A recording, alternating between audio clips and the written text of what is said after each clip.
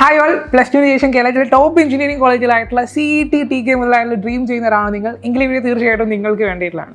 KEAM stands for Kerala engineering architecture and medical entrance examination.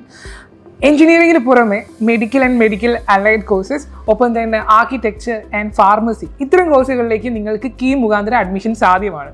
ഇനി KEAM exam എടുത്ത് നോക്കുകയാണെങ്കിൽ എഞ്ചിനീയറിംഗും ഫാർമസിയും ഈ രണ്ട് വിഷയങ്ങളിലേക്കാണ് നിങ്ങൾ എക്സാം എഴുതേണ്ടതായിട്ടുള്ളത്. അതായത് നിങ്ങൾ നീറ്റ് എക്സാം അറ്റൻഡ് ചെയ്യുന്ന ആൾക്കാർക്ക് നീറ്റ് എക്സാമിൻ്റെ മാർക്കാണ് കൺസിഡർ ചെയ്യേണ്ടത്. നിങ്ങൾ KEAMൽ രജിസ്റ്റർ ചെയ്യണം എന്ന് മാത്രമാണുള്ളത്. ഒപ്പം തന്നെ ആർക്കിടെക്ചർ BArcന് വേണ്ടിയിട്ട് ഡ്രീം ചെയ്യുന്ന ആൾക്കാർ നിങ്ങൾ NAT എക്സാം എഴുതണം.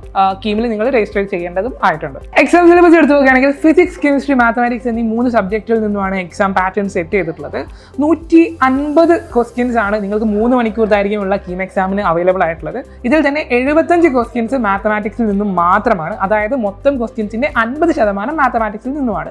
ഇനി ബാക്കിയുള്ള 75 ക്വസ്റ്റ്യൻസിൽ 45 ക്വസ്റ്റ്യൻസ് ഫിസിക്സിൽ നിന്നും 30 ക്വസ്റ്റ്യൻ കെമിസ്ട്രിയിൽ നിന്നുമാണ് ഉള്ളത്. KEAM എക്സാം എന്ന് പറയുന്ന ഒരു കമ്പ്യൂട്ടർ ബേസ്ഡ് ടെസ്റ്റ് എക്സാം ആണ്. മൊത്തം നേരത്തെ പറഞ്ഞതുപോലെ 180 ക്വസ്റ്റ്യൻസിന് മൊത്തത്തിൽ 600 മാർക്കിലാണ് എക്സാം കണ്ടക്ട് ചെയ്യുന്നത്. ശരിയാവുന്ന ഓരോ ചോദ്യത്തിനും 4 മാർക്ക് ലഭിക്കുകയും തെറ്റുന്ന ഓരോ ചോദ്യത്തിന് ഓരോ മാർക്ക് വീതം കുറയുകയും ചെയ്യുന്നു. നിങ്ങളുടെ +2 മാർക്കിന് വളരെ ഇമ്പോർട്ടൻസ് ഉള്ള ഒരു എക്സാമാണ് KEAM എക്സാം എന്ന് പറയുന്നത്. ഫിസിക്സ്, കെമിസ്ട്രി, മാത്തമാറ്റിക്സിൽ നിങ്ങൾ +2വിന് സ്കോർ ചെയ്ത മാർക്ക് നിങ്ങൾക്ക് KEAMന്റെ മാർക്കുമായിട്ട് ആഡ് ചെയ്യേണ്ടതായിട്ടുണ്ട് അവസാനം. സോ അങ്ങനെ കിട്ടുന്ന ക്യുമുലേറ്റീവ് മാർക്കാണ് നിങ്ങളുടെ റാങ്ക് ലിസ്റ്റിനെ നിർണ്ണയിക്കുന്നത്. NCERT ഓറിയൻറ്റഡ് ആയിട്ടാണ് എക്സാം കണ്ടക്ട് ചെയ്യുന്നത്. നിങ്ങളൊരു JEE അല്ലെങ്കിൽ നീറ്റ് എക്സാമുമായിട്ട് കമ്പയർ ചെയ്യുകയാണെങ്കിൽ കമ്പാരിറ്റീവ്ലി വളരെ ഈസി ആയിട്ടുള്ള ഒരു എക്സാമാണ് KEAM എക്സാം എന്ന് പറയുന്നത്.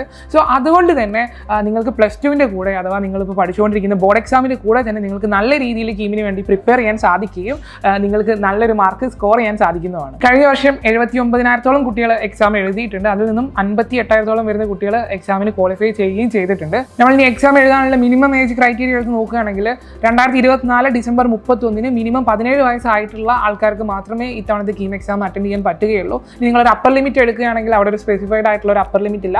ഏതൊരു ഏജുള്ള ആൾക്കും KEAM എക്സാം അറ്റൻഡ് ചെയ്യാൻ സാധിക്കുന്നതാണ്.